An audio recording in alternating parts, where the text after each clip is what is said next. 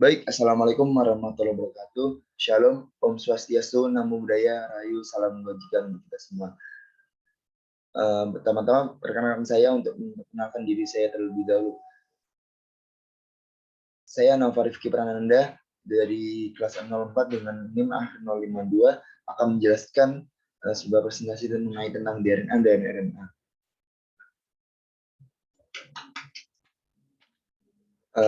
Di sini ada 4 topik bahasan saya. Yang pertama ada DNA, RNA, perbedaan DNA dan RNA, dan yang terakhir yaitu dogma sentral. Pengertian DNA. DNA merupakan polimer asam nukleat yang tersusun secara sistematis dan merupakan pembawa informasi genetik yang diturunkan kepada keturunannya. DNA merupakan struktur yang sangat kompleks dan tersusun dari polinukleotida. Di dalam sel, DNA umumnya terletak di dalam inti sel.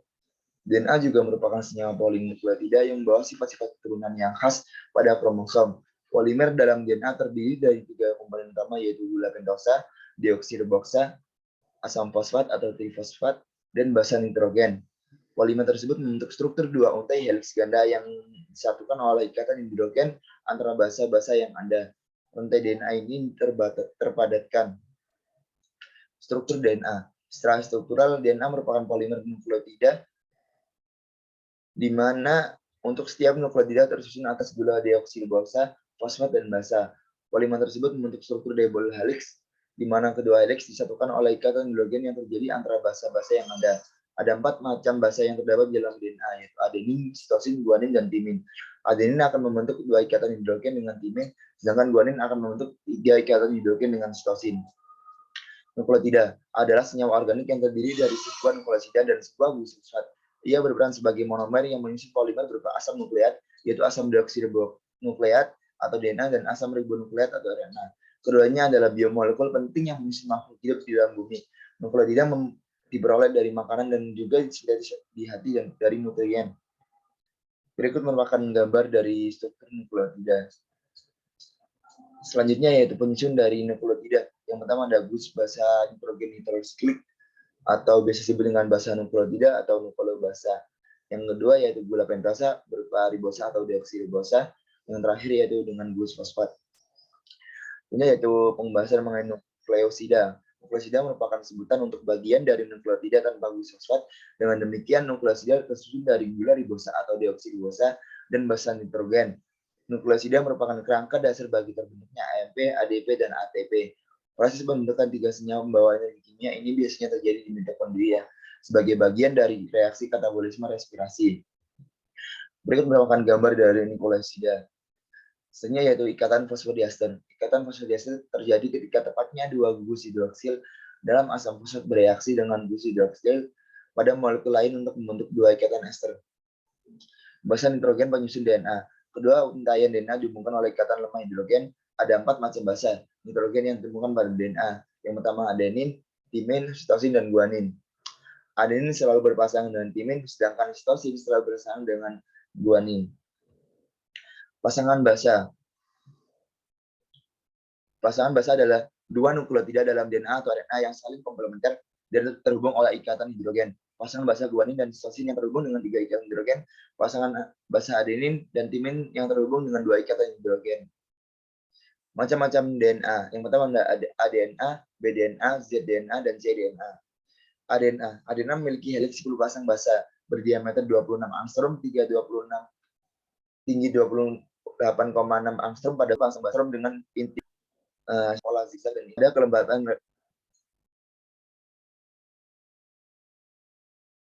macam-macam DNA yang misalnya yaitu zDNA. Setiap putaran helix zDNA mengandung 12 nukleotida dengan pola zigzag dan inti yang padat.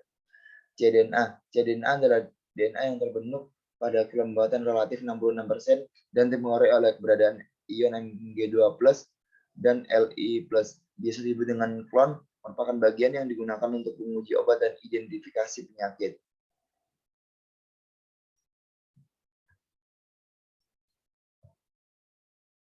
Ini yaitu RNA. Asam ribonukleat atau RNA adalah molekul polimer yang terlibat dalam berbagai peran biologis dalam mengkode, dekode, regulasi, dan ekspresi gen. RNA dan DNA adalah asam nukleat dan bersama dengan protein dan karbohidrat merupakan 4 makromolekul utama yang penting untuk semua bentuk kehidupan yang diketahui. Seperti DNA, RNA lebih sering ditemukan di alam sebagai untai tunggal yang melipat ke dirinya sendiri. Daripada untai ganda berpasangan, RNA memiliki bentuk pita tunggal dan tidak berpilin. Tiap pita RNA merupakan polinukleotida yang tersusun dari banyak ribonukleotida. Setiap ribonukleotida tersusun dari gula ribosa, basa, nitrogen, dan asam. RNA merupakan hasil transkripsi dari suatu fragmen DNA, sehingga RNA sebagai polimer yang jauh lebih pendek apabila dibandingkan dengan DNA. Struktur dari RNA. Struktur dari sel RNA mirip dengan DNA. RNA merupakan polimer yang tersusun dari sejumlah nukleotida. Setiap nukleotida memiliki satu gugus fosfat, satu gugus pentosa, dan satu gugus basa nitrogen. Polimer tersusun dari ikatan berselang-seling antara gugus fosfat dari satu nukleotida dengan gugus pentosa dari nukleotida yang lain. RNA terdiri atas basa-basa nitrogen yang terikat pada tulang punggung gula fosfat membentuk satu rantai tunggal yang berpilin atau single helix. Gula fosfat yang berfungsi sebagai tulang punggung adalah ribosa yang terdiri dari 5 karbon, 1 oksigen, 1 gugus hidroksil atau H. Basa nitrogen yang terikat pada gula fosfat RNA adalah adenin, guanin, sitosin, dan urasil. Selanjutnya yaitu nukleotida. Nukleotida, komponen penyusun nukleotida yaitu basa nitrogen, gula pentosa, serta satu lebih gugus fosfat. Gula dan RNA merupakan asam ribonukleat yang mengandung ribosa. Basa nitrogen merupakan informasi pusat yang membawa bagian dari struktur nukleotida. Basa purin yang tersusun dari adenin dan guanin. Basa pirimidin yang tersusun dari sitosin dan urasil. Macam-macam RNA. Yang pertama yaitu messenger RNA atau mRNA. mRNA disebut juga RNA data, RNA D, atau RNA kurir. mRNA juga disebut dengan istilah kodon karena fungsinya sebagai pembawa kode-kode genetik dari DNA ribosom. Yang kedua yaitu transfer RNA atau tRNA. tRNA merupakan RNA terpendek dan berperan sebagai penerjemah kodon yang dibawa oleh mRNA. Fungsi lainnya adalah membawa asam amino ke ribosom untuk disusun menjadi protein.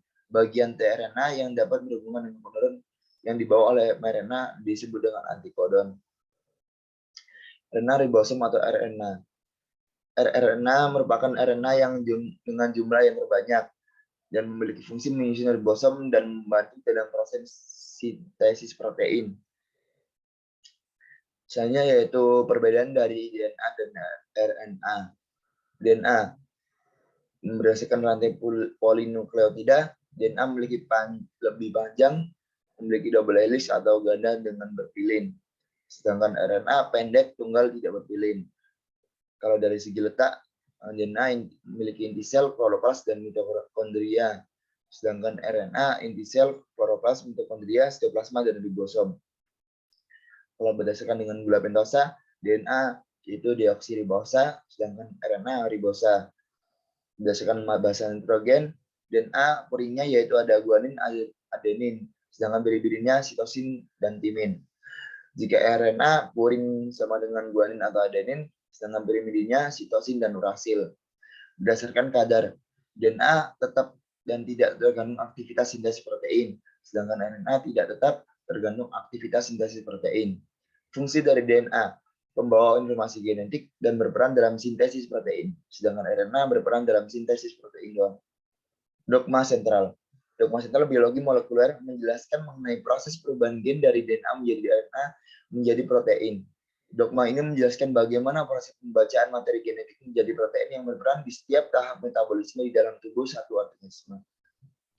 Replikasi DNA. Replikasi DNA adalah proses penggadaan DNA yang terjadi sebelum sel membelah diri. Replikasi terjadi di nukleus atau inti sel dan terjadi sebelum sel melakukan pembelahan. DNA perlu digandakan agar sel baru hasil pembelahan memiliki DNA yang sama dengan sel induk.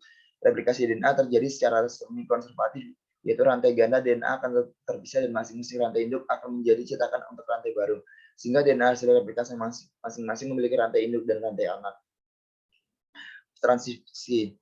Transkripsi merupakan proses pembentukan RNA dari salah satu pita cetakan DNA atau DNA sense. Pada tahap ini akan menghasilkan 3 jenis RNA, yaitu mRNA, tRNA, dan rRNA. Selanjutnya yaitu translasi. Translasi adalah sintesis polipeptida dari mRNA untuk menentukan urutan-urutan asam amino yang akan membentuk suatu protein. Translasi terjadi di ribosom. Pada tahap ini, sel harus menerjemahkan kode genetik atau kodon. Kodon adalah 3 nukleotida pada urutan mRNA yang diterjemahkan menjadi urutan asam amino. Urutan asam amino akan mengkode suatu protein spesifik.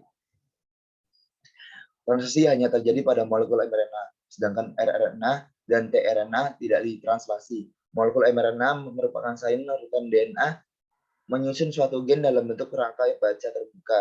mRNA membawa informasi urutan asam amino. Enzim yang berperan dalam proses translasi adalah sintase tRNA atau amino asid. Baik, mungkin cukup sekian presentasi yang dapat saya sampaikan. Kurang lebihnya mohon maaf. Jika ada salah kata maupun salah perbuatan, saya ucapkan terima kasih. Sekian, wassalamualaikum warahmatullahi wabarakatuh. Salam, santi Om.